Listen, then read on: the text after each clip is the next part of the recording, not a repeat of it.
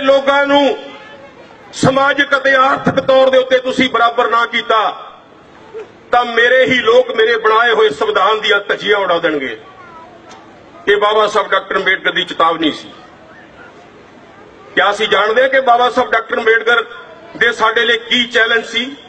और वो 18 मार्च 1956 नूं जूला दी कानफ्रेंस दे विच लखां लोगों का इकट्ठ होया और बाबा साहब डॉक्टर अंबेडकर उस वेले जिस वेले उन्होंने नाम अनाउंस होया कि डॉक्टर अंबेडकर साहब अपने विचार रखणगे और बाबा साहब डॉक्टर अंबेडकर बच्चों की तरह भुब्बा मार के रोए। स्टेज के उत्ते मंच के उत्ते लखां लोगों की हाजरी दे विच बाबा साहब डॉक्टर अंबेडकर नूं पुछया लोगों ने, पैरोकारां ने कि डॉक्टर अंबेडकर साहब तुसीं क्यों रो रहे हैं, तुहाडा की रोण दा कारण है? तो बाबा साहब डॉक्टर अंबेडकर ने जवाब दिता कि मैनू अपना सुपना जिहड़ा वो जिंदे जी मैनू फेल हुंदा नजर आ रहा।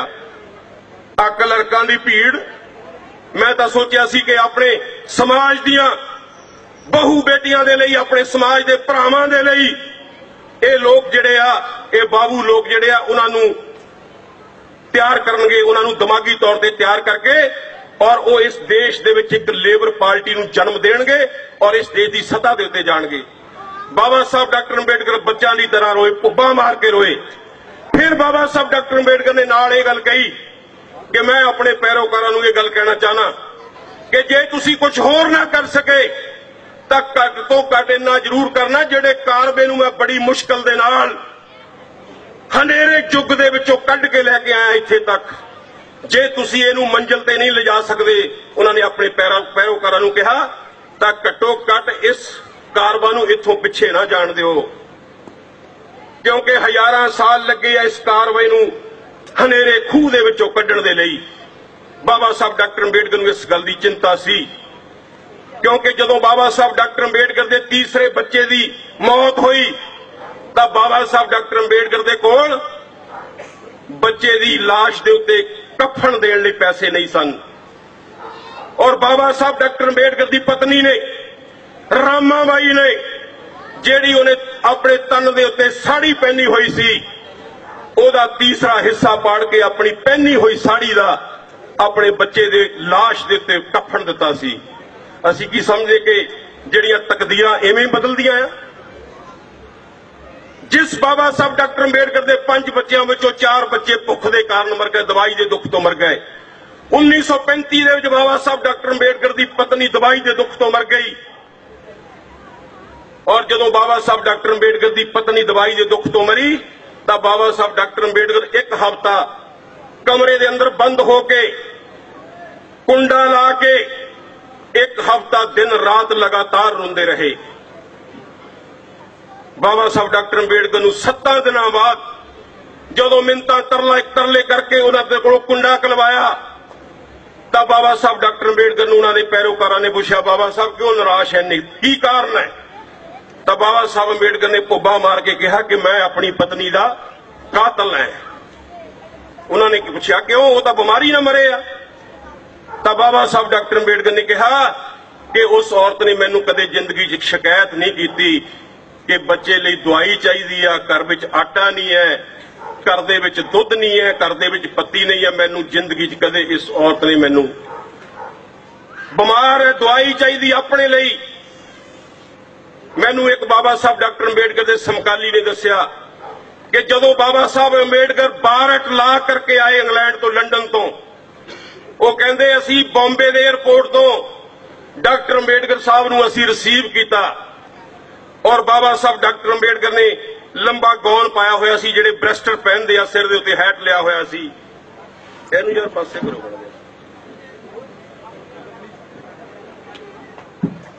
गौन पहनिया होया सी गोडियां तक बाबा साहब अंबेडकर ने, जिन्होंने लंबा कोट आपां ओवरकोट कहने आ, सिर दे उत्ते हैट सी।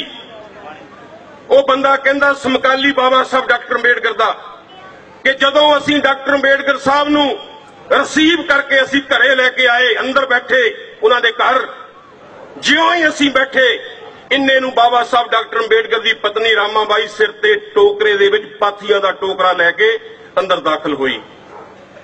तो बाबा साहब डॉक्टर अंबेडकर अपनी पत्नी नूं रामाबाई नूं प्यार नाल कह लो, मजाक ना कह लो, ओनू रामू क्या करते सी।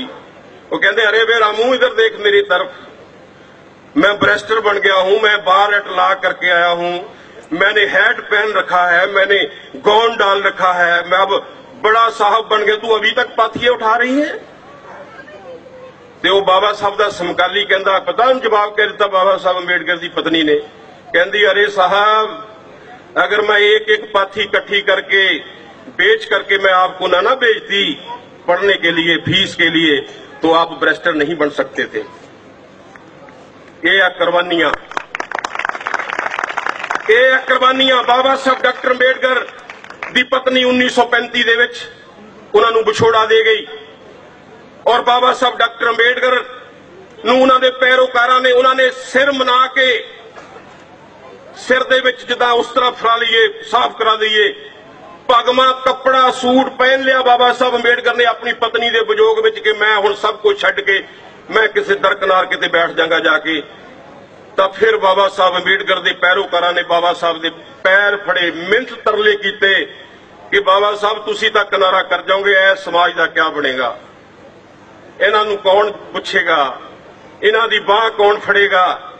ਅੱਜ ਦਾ ਨਾਟਕ ਦੇ ਵਿੱਚ ਕਰਲਾ ਰਹੇ ਸੀ ਲੋਕ ਬੱਚੇ ਸੀਨ ਦੇ ਵਿੱਚ ਬਾਬਾ ਸਾਹਿਬ ਅੰਬੇਡਕਰ ਇੱਕ ਜਗ੍ਹਾ ਲਿਖਦੇ ਆ, ਕਹਿੰਦਾ ਉਹ ਲੋਕੋ ਮੈਂ ਤੁਹਾਡੀਆਂ ਚੀਕਾਂ, ਤੁਹਾਡੀਆਂ ਪੁਕਾਰਾਂ, ਤੁਹਾਡੀਆਂ ਦਰਦਨਾਕ ਤੁਹਾਡੀਆਂ ਚੀਕਾਂ ਸੁਣ ਕੇ ਦੇਖ ਕੇ ਮੇਰਾ ਸੀਨਾ ਫਟ ਜਾਂਦਾ ਆ। ਇਹ ਬਾਬਾ ਸਾਹਿਬ ਡਾਕਟਰ ਅੰਬੇਡਕਰ ਆਪ ਲਿਖਦੇ ਆ ਕਲਬ ਦੇ ਨਾਲ ਕਿ ਤੁਹਾਡੇ ਮੁਰਝਾਏ ਹੋਏ ਚਿਹਰੇ ਦੇਖ ਕੇ, ਤੁਹਾਡਾ ਅਪਮਾਨ ਦੇਖ ਕੇ, ਤੁਹਾਡੀਆਂ ਦਰਦ ਭਰੀਆਂ ਚੀਕਾਂ ਦੇਖ ਕੇ, ਤੁਹਾਡੀ ਭੁੱਖਮਰੀ ਦੇਖ ਕੇ ਬਾਬਾ ਸਾਹਿਬ ਡਾਕਟਰ ਅੰਬੇਡਕਰ ਕਹਿੰਦੇ ਕਿ ਮੇਰਾ ਸੀਨਾ ਫਟ ਜਾਂਦਾ, ਮੇਰਾ ਮਨ ਕਰਦਾ ਕਿ ਮੈਂ ਬੰਦੂਕ ਚੱਕ ਕੇ ਇਹਨਾਂ ਦੁਸ਼ਮਣਾਂ ਨੂੰ ਫਨਾਹ ਕਰ ਦਿਆਂ। ਇਹ ਬਾਬਾ ਸਾਹਿਬ ਡਾਕਟਰ ਅੰਬੇਡਕਰ ਲਿਖ ਕੇ ਗਏ ਆ। ਔਰ ਜਿਹੜੀ ਗੱਲ ਬਾਬਾ ਸਾਹਿਬ ਡਾਕਟਰ ਅੰਬੇਡਕਰ ਇਸ ਦੇਸ਼ ਦੇ ਵਿੱਚ ਕਰਨਾ ਚਾਹੁੰਦੇ ਸੀ ਕਿ ਇਸ ਦੇਸ਼ ਦੇ ਅੰਦਰ ਬਿਨਾਂ ਕਿਸੇ ਖੂਨ ਖਰਾਬੇ ਤੋਂ ਜਾਂ ਬਿਨਾਂ ਕਿਸੇ ਲੜਾਈ ਤੋਂ ਇਸ ਦੇਸ਼ ਦੇ ਵਿੱਚ ਤਬਦੀਲੀ ਆਵੇ, ਉਹ ਬਾਬਾ ਸਾਹਿਬ ਡਾਕਟਰ ਅੰਬੇਡਕਰ ਕਰਕੇ ਗਏ ਆ।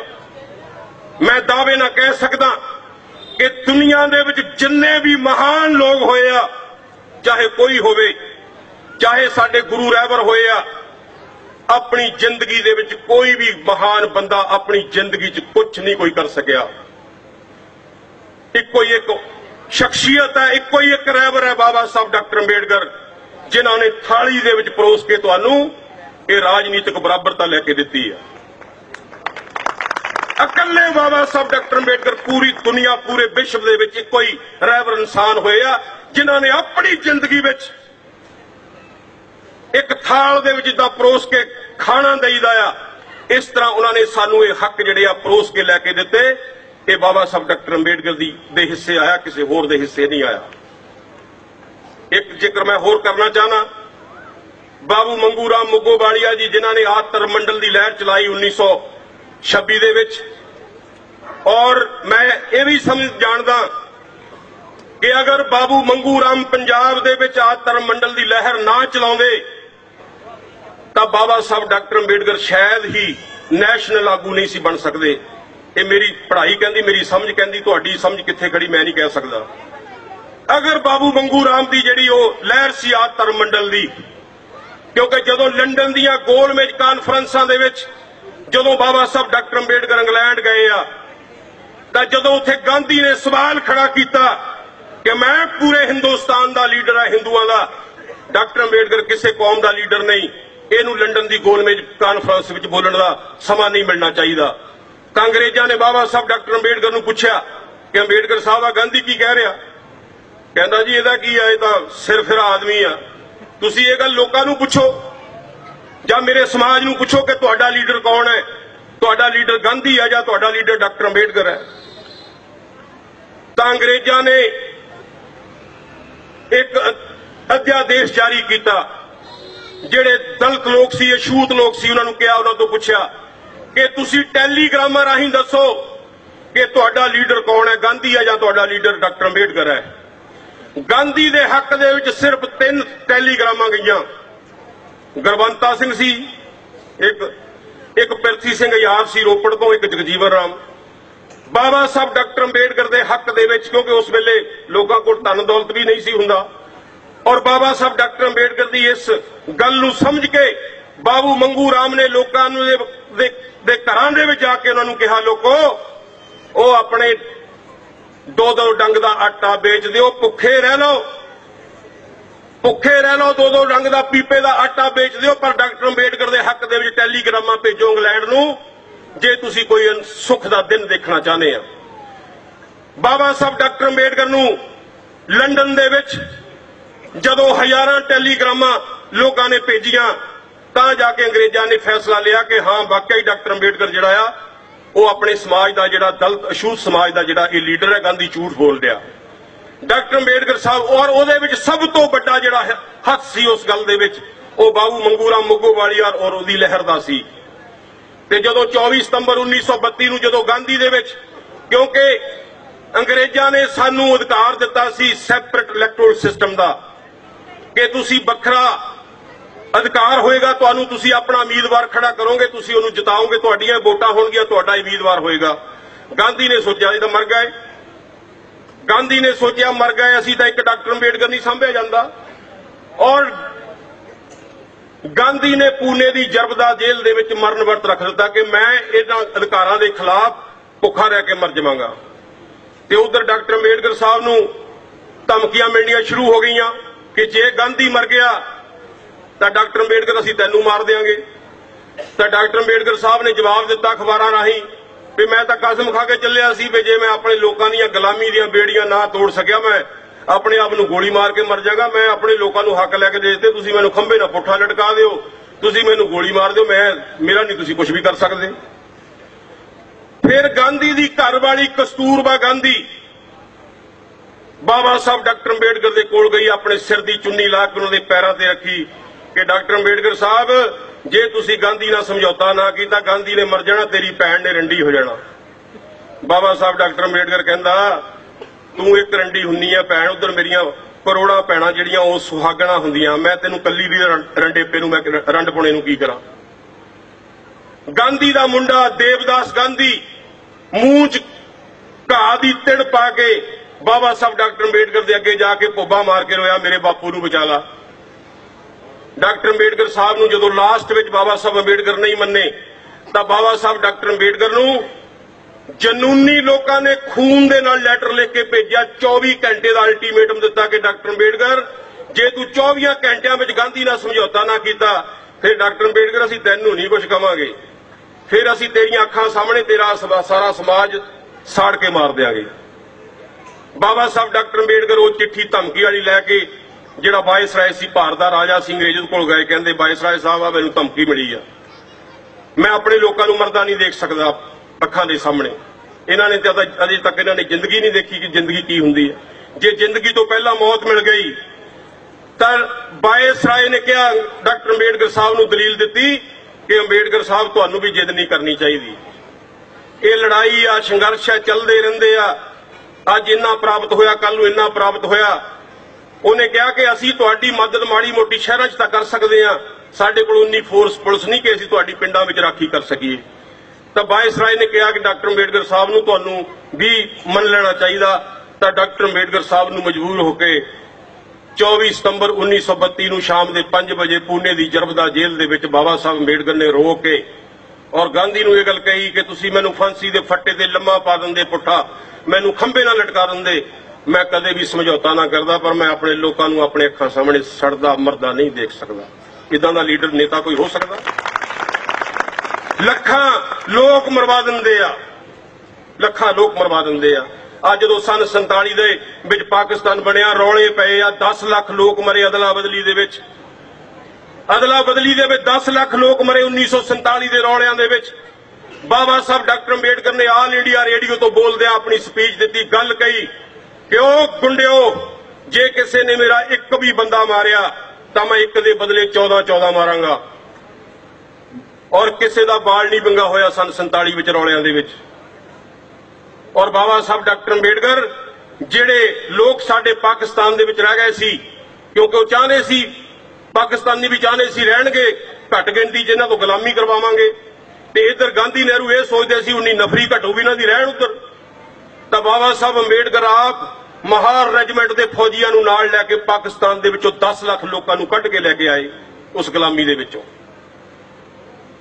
ਔਰ ਪਹਿਲੇ ਕਾਨੂੰਨ ਮੰਤਰੀ ਡਾਕਟਰ ਅੰਬੇਡਕਰ ਸਾਹਿਬ ਬਣੇ ਇੰਡੀਆ ਦੇ, ਔਰ ਦੂਸਰੇ ਪਾਕਿਸਤਾਨ ਦਾ ਪਹਿਲਾ ਕਾਨੂੰਨ ਮੰਤਰੀ ਜੋਗਿੰਦਰ ਨਾਥ ਮੰਡਲ, ਉਹ ਵੀ ਸਾਡੀ ਬਰਾਦਰੀ ਦਾ ਸੀ, ਦਲਿਤ ਸੀਗਾ, ਛੂਤ ਸੀਗਾ ਉਹ। ਬਾਬਾ ਸਾਹਿਬ ਡਾਕਟਰ ਅੰਬੇਡਕਰ, ਮੈਂ ਸੋਚਦਾ ਹੁੰਦਾ ਕਈ ਵਾਰ ਕਿ ਜਿੰਨਾ ਕੰਮ ਕੋਈ ਆਪਣੀਆਂ 20 ਜ਼ਿੰਦਗੀਆਂ 'ਚ ਨਹੀਂ ਕਰ ਸਕਦਾ, ਬਾਬਾ ਸਾਹਿਬ ਡਾਕਟਰ ਅੰਬੇਡਕਰ ਇੱਕ ਜ਼ਿੰਦਗੀ ਦੇ ਵਿੱਚ ਉਹ ਕੰਮ ਕਰਕੇ ਗਏ ਆ। 20 ਜ਼ਿੰਦਗੀਆਂ ਲਾ ਕੇ ਵੀ ਇੰਨਾ ਕੰਮ ਨਹੀਂ ਹੋ ਸਕਦਾ ਜਿੰਨਾ ਕੰਮ ਬਾਬਾ ਸਾਹਿਬ ਡਾਕਟਰ ਅੰਬੇਡਕਰ ਜਿਹੜੇ ਆ ਉਹ ਕਰਕੇ ਗਏ ਆ। ਔਰ ਬਾਬਾ ਸਾਹਿਬ ਡਾਕਟਰ ਅੰਬੇਡਕਰ ਦੀ ਇਹ ਸੰਘਰਸ਼, ਉਹਨਾਂ ਦਾ ਜੀਵਨ ਜਿਸ ਤਰ੍ਹਾਂ ਚੱਲਿਆ, ਜਿੱਦਾਂ ਉਹਨਾਂ ਦਾ ਅਪਮਾਨ ਹੋਇਆ ਜਗ੍ਹਾ ਜਗ੍ਹਾ ਦੇ ਉੱਤੇ, ਤੇ ਅਪਮਾਨ ਜੇ ਬਾਬਾ ਸਾਹਿਬ ਡਾਕਟਰ ਅੰਬੇਡਕਰ ਆਪਣੇ ਸਨਮਾਨ ਦੇ ਵਿੱਚ ਪੈ ਜਾਂਦੇ ਕਿ ਮੈਨੂੰ ਸਨਮਾਨ ਚਾਹੀਦਾ ਆ, ਤੇ ਸਾਨੂੰ ਲੋਕਾਂ ਨੂੰ ਕਦੇ ਵੀ ਸਨਮਾਨ ਨਾ ਮਿਲਦਾ। ਪੈਰ ਪੈਰ ਦੇ ਉੱਤੇ ਬਾਬਾ ਸਾਹਿਬ ਡਾਕਟਰ ਅੰਬੇਡਕਰ ਦਾ ਅਪਮਾਨ ਹੋਇਆ।